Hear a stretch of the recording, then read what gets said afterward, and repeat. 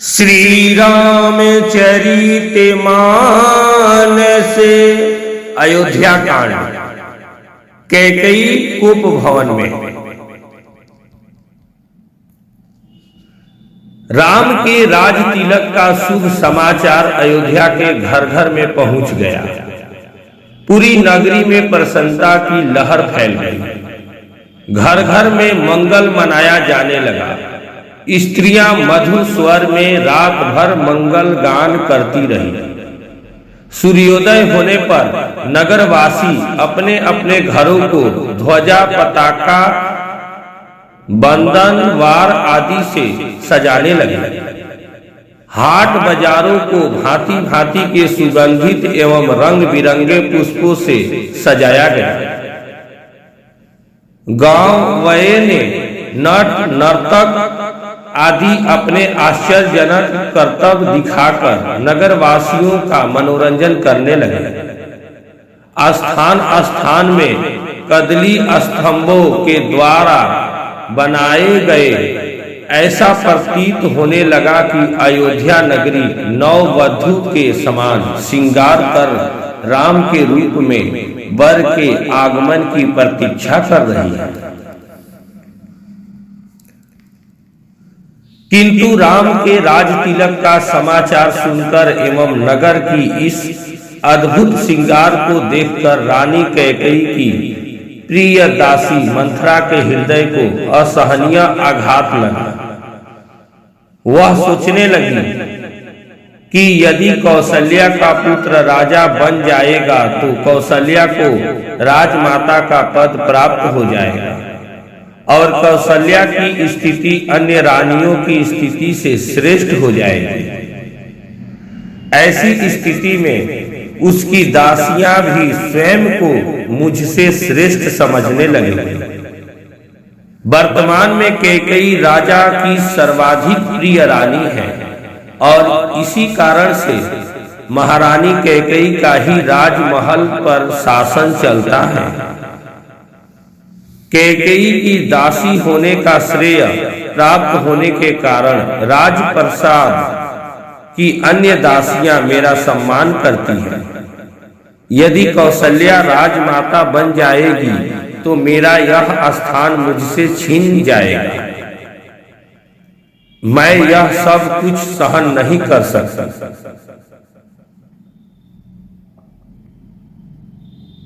अतः इस विषय में अवश्य ही मुझे कुछ करना चाहिए।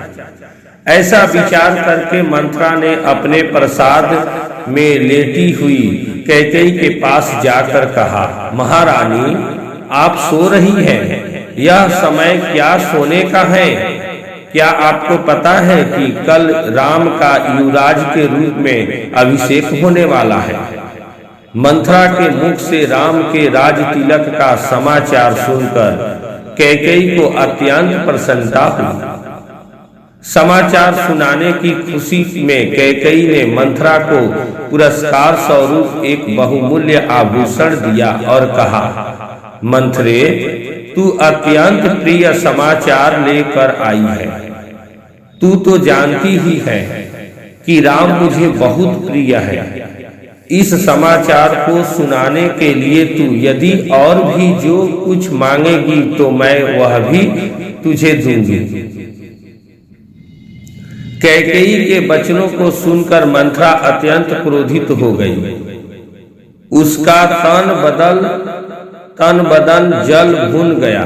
पुरस्कार में दिए गए आभूषण को फेंकते हुए वो बोली, महारानी आप बहुत नासमझ हैं। स्मरण रखिए कि सौत का बेटा शत्रु के जैसा होता है।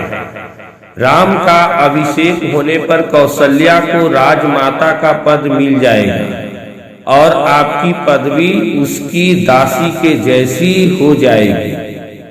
आपका पुत्र भरत भी राम का दास हो जाएगा। भरत के दास हो जाने पर आपकी बहू को भी एक दासी की ही पदवी मिलेगी। यह सुनकर कैकेयी ने कहा, मंथरा राम महाराज के ज्येष्ठ पुत्र है और प्रजा में अत्यंत लोकप्रिय हैं। अपने सद्गुणों के कारण वे सभी भाइयों से श्रेष्ठ भी हैं।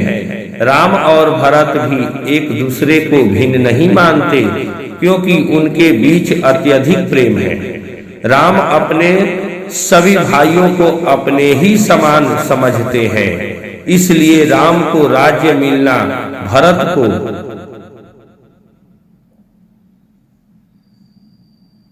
समान समझते हैं, इसलिए राम को राज्य मिलना भरत को राज्य मिलने के जैसा ही है। यह सब सुनकर मंथरा और भी दुखी हो गई। वह बोली, किंतु महारानी, आप यह नहीं समझ रही हैं कि राम के बाद राम के पुत्र को ही अयोध्या का राज सिंहासन प्राप्त होगा तथा भरत को राज परंपरा से अलग होना पड़ जाएगा। यह भी हो सकता है कि राज्य मिल जाने पर राम भरत को राज्य से निर्वासित कर दे या यमलोक ही भेज दे। अपने पुत्र के अनिष्ट की आशंका की बात सुनकर कैकेयी का हृदय विचलित हो उठा। उसने मंथरा से पूछा, ऐसी स्थिति में मुझे क्या करना चाहिए? मंथरा ने उत्तर दिया, आपको स्मरण होगा कि एक बार देवासुर संग्राम के समय महाराज दशरथ आपको साथ लेकर युद्ध में इंद्र की सहायता करने के लिए गए थे। उस युद्ध में असुरों के अस्त्र शस्त्रों से महाराज दशरथ का शरीर जर्जर हो गया था और वे मूर्छित हो गए थे। उस समय सारथी बनकर आपने उनकी रक्षा की थी। आपकी उस सेवा के बदले में उन्होंने आपको दो वरदान प्रदान किया था, जिसे कि आपने आज तक नहीं मांगा है। अब आप एक वर से भरत का राज्याभिषेक और दूसरे वर से राम के लिए 14 वर्ष तक का वनवास मांगकर अपना मनोरथ सिद्ध कर लीजिए। शीघ्र आप मलिन वस्त्र धारण कर कोप भवन में चले जाइए। महाराज आपको बहुत अधिक चाहते हैं, इसलिए वे अवश्य ही आपको मनाने का प्रयत्न करेंगे और आपके द्वारा मांगने पर उन दोनों वरों को देने के लिए तैयार हो जाएंगे।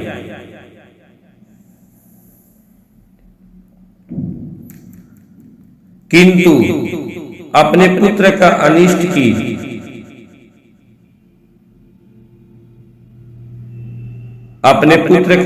की आशंका की बात सुनकर कैकेयी का हृदय विचलित हो उठा। उसने मंथरा से पूछा, ऐसी स्थिति में मुझे क्या करना चाहिए? मंथरा ने उत्तर दिया, आपको स्मरण होगा कि एक बार देवासुर संग्राम के समय महाराज दशरथ आपको एक साथ लेकर युद्ध में इंद्र की सहायता करने के लिए गए थे। उस युद्ध में असुरों के अस्त्र से महाराज दशरथ का शरीर जर्जर हो गया था और वे मूर्छित हो गए थे। उस समय सारथी बनकर आपने उनकी रक्षा की थी। आपकी उस सेवा के बदले में उन्होंने आपको 2 वरदान प्रदान किया था, जिसे कि आपके आज तक नहीं मांगा है।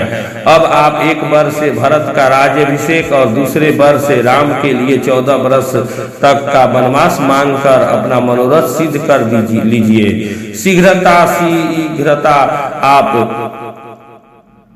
शीघ्र आप मलिन वस्त्र धारण कर कोप भवन में चले जाइए। महाराज आपको बहुत अधिक चाहते हैं, इसलिए वे अवश्य ही आपको मनाने का प्रयत्न करेंगे और आपके द्वारा मांगने पर उन दोनों वरों को देने के लिए तैयार हो जाएंगे। किंतु स्मरण रखें कि वर मांगने के पूर्व उनसे वचन अवश्य ले, जिससे कि वे उन वरदानों को देने के लिए बाध्य हो जाए। मंथरा के कथन के अनुसार कैकेयी को भवन में जाकर लेट गए। जय सिया राम। श्री रामचंद्र भगवान की जय। जय श्री राम, जय श्री राम, जय श्री राम।